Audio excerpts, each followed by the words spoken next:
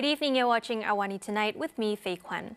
The floor price for paddy will be standardized from 1,300 ringgit to 1,500 ringgit per metric ton, starting this Sunday, February 16th. Agriculture and Food Security Minister Dato' Sri Muhammad Sabu says the revision considers rising labour costs and increased prices of agricultural inputs such as fertilizers and pesticides. The price of local white rice will be maintained at 2 ringgit 60 cent per kilogram, with the government covering part of the production costs, amounting to approximately 150 million ringgit over a 6-month period. This aims to ensure the availability of 24 million 10 kg bags of local white rice in the market. Negotiations are ongoing to review the price of imported white rice, currently at 2,800 ringgit per metric ton. The ministry is also working on diesel subsidy assistance for industry service providers under the Budi Madani program. To enhance industry competitiveness, the ministry is reviewing the Control of Paddy and Rice Act 1994 and establishing the Malaysian Agro-Food Regulatory and Enforcement Agency. The government has agreed to amend the Peaceful Assembly Act, or Act 736, to simplify the process for public rallies. Prime Minister Dato' Sri Anwar Ibrahim says the proposed amendments will be tabled by the Home Minister in the next Parliament session. Dengan ini, beberapa tindakan sebelum ini, termasuk umpamanya siasatan terhadap perhimpunan anti rasuah yang melibatkan mahasiswa, semua siasatan itu akan dihentikan dan tidak akan ada tindakan yang diambil. Begitu juga tentang mogok lapor dan bantahan ataupun tunjuk perasaan oleh SOSMA beberapa hari yang lalu juga tidak akan diambil apa-apa tindakan.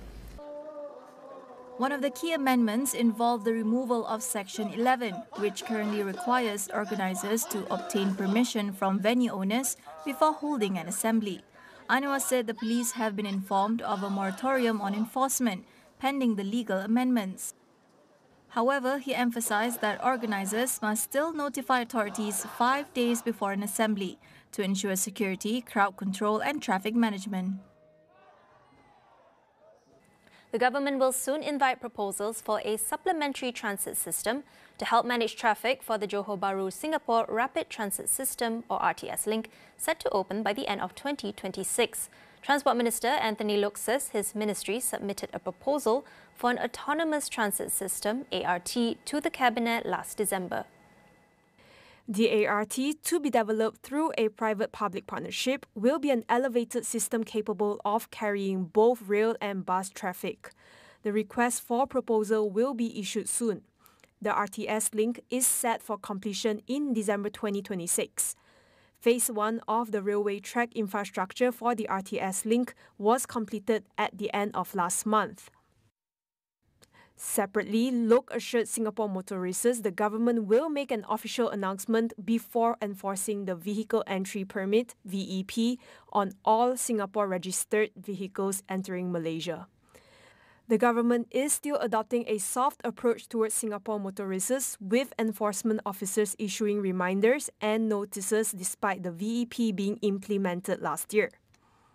The VEP includes a 10 ringgit RFID tag and a 20 ringgit road charge, imposed on all vehicles entering from Singapore linked to a touch-and-go e-wallet account. The Health Ministry will roll out a cloud-based hospital information system at its facilities starting this year. According to Deputy Health Minister Datuk Lukanisman Awang Sauni, this digitalization initiative will take 3 years, with targeted completion for 2028. Pendigitalan menyeluruh sistem kesihatan melalui penggunaan Electronic Medical Record (EMR) berasaskan perkomputeran awam ini merupakan salah satu langkah strategik oleh KKM untuk menangani beban pesakit di hospital sekaligus meningkatkan kecekapan rawatan dan pengurusan pesakit.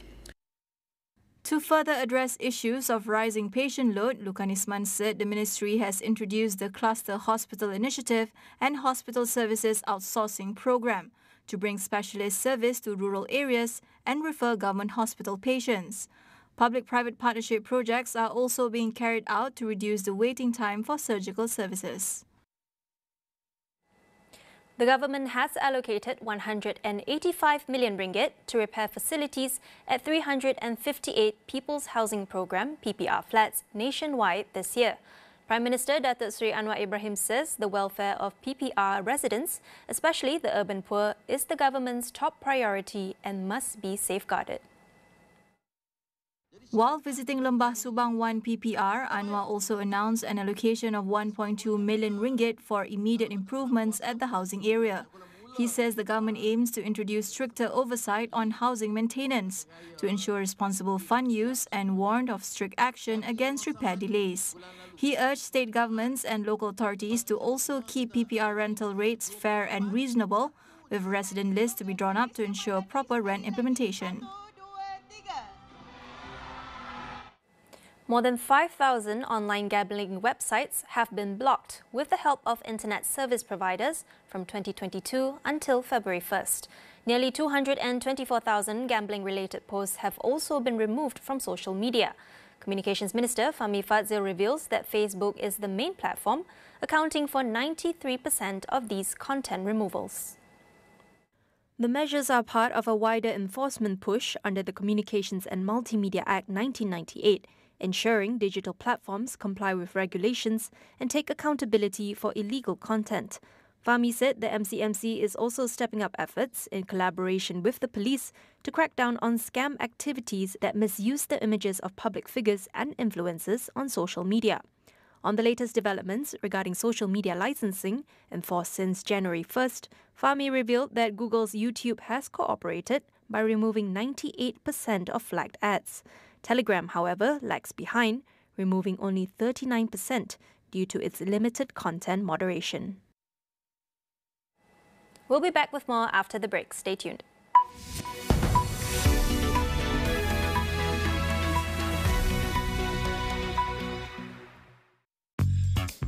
Kerap menggaru kulit kepala disebabkan keluh mumur, masalahnya lebih mendalam. Gunalah Head & Shoulders menembusi 5 lapisan untuk membasmi keluh mumur dan kegatalan. Bebas keluh mumur sehingga 100%.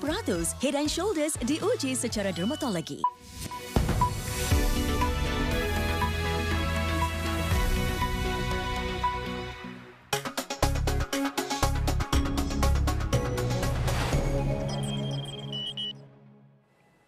More than 250 people from 20 nationalities who have been working in online scam centres in Myanmar's current state have been released by an ethnic armed group and brought to Thailand. They are being assessed to find out if they are victims of human trafficking. A video from the Thai army showed hundreds crossing into Thailand's western Tak province via the Mui River. Last week, Thai Prime Minister Paetongtarn Shinawatra met Chinese leader Xi Jinping and promised to shut down the scam centres which have spread along the Thai-Myanmar border. The government has cut off access to power and fuel from the Thai side of the border. Thailand also tightened banking and visa regulations to prevent scam operators from using the country as a transit point for moving workers and cash. Foreign workers are often lured to these scam centres with promises of high salaries, or in some cases deceived into believing they will be working in Thailand rather than Myanmar. According to a report by the United Nations, scam operations along the Thai-Myanmar border are believed to have trapped hundreds of thousands of victims, generating billions annually. 2024 was the deadliest year on record for journalists and media workers. According to the Committee to Protect Journalists, CPJ, at least 124 journalists were killed across 18 countries last year. Israel was responsible for nearly 70% of the deaths. CPJ reports that 85 journalists were killed by the Israeli military in the Israel-Gaza war. The organization also accused Israel of attempting to suppress investigations, deflect blame onto journalists, and failing to hold anyone accountable for the killings. The surge in journalist deaths marks a sharp rise compared to previous years. 102 were killed in 2023, 69 in 2022. The only other year with similarly high numbers was 2007, when 113 journalists were killed, nearly half due to the Iraq War. Beyond Gaza, Sudan and Pakistan recorded the second highest journalist death tolls in 2024. CPJ warns of an alarming rise in targeted killings, with at least 24 journalists murdered for their reporting in countries including Haiti, Mexico, Myanmar and Sudan. The committee says Israel is directly responsible for at least 10 targeted journalist killings and is investigating 20 more cases. US President Donald Trump says Russia and Ukraine have agreed to start negotiations to end the war in Ukraine. Both President Vladimir Putin and Volodymyr Zelensky, according to Trump, had expressed interest in peace during separate calls with him, and that negotiations to end the war will begin immediately. Trump's talks with both leaders come as he and his defense secretary suggest that Ukraine is unlikely to join NATO or fully reclaim territories already seized by Russia.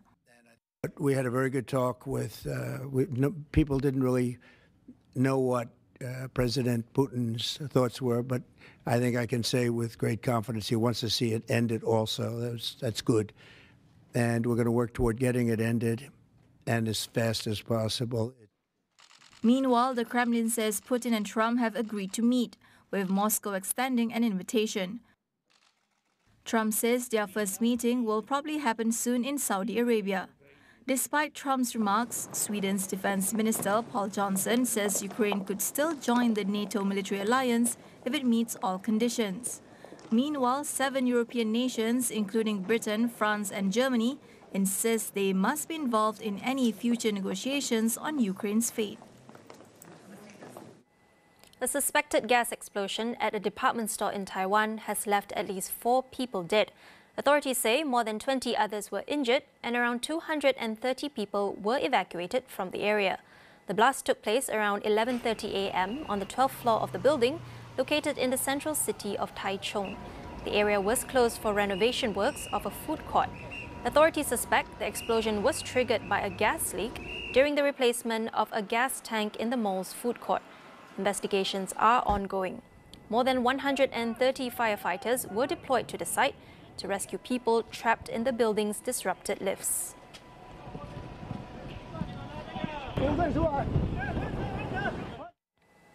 Japanese car makers Nissan and Honda have announced they are ending talks of a merger. However, both companies, along with junior partner Mitsubishi, will continue collaborating on electric vehicle development. The proposed merger was intended to strengthen their position against growing competition, particularly from China. Had the deal gone through, Nissan and Honda would have created a new $60 billion automotive giant, joining Toyota, Volkswagen and Hyundai. The merger was also seen as a lifeline for Nissan, which has faced declining sales and internal leadership issues. Last year, the company unveiled a restructuring plan, including mass layoffs to address its sales slump in China and the US. Now, Nissan is exploring new partnerships, with Taiwan's Foxconn emerging as a potential candidate. That report wraps up AWANI Tonight. Do check out our web portal, keeping you informed on the critical events shaping our world, all in one place at international.astroawani.com. That's all for now. I'm Faye Kwan. Thank you for watching and good night.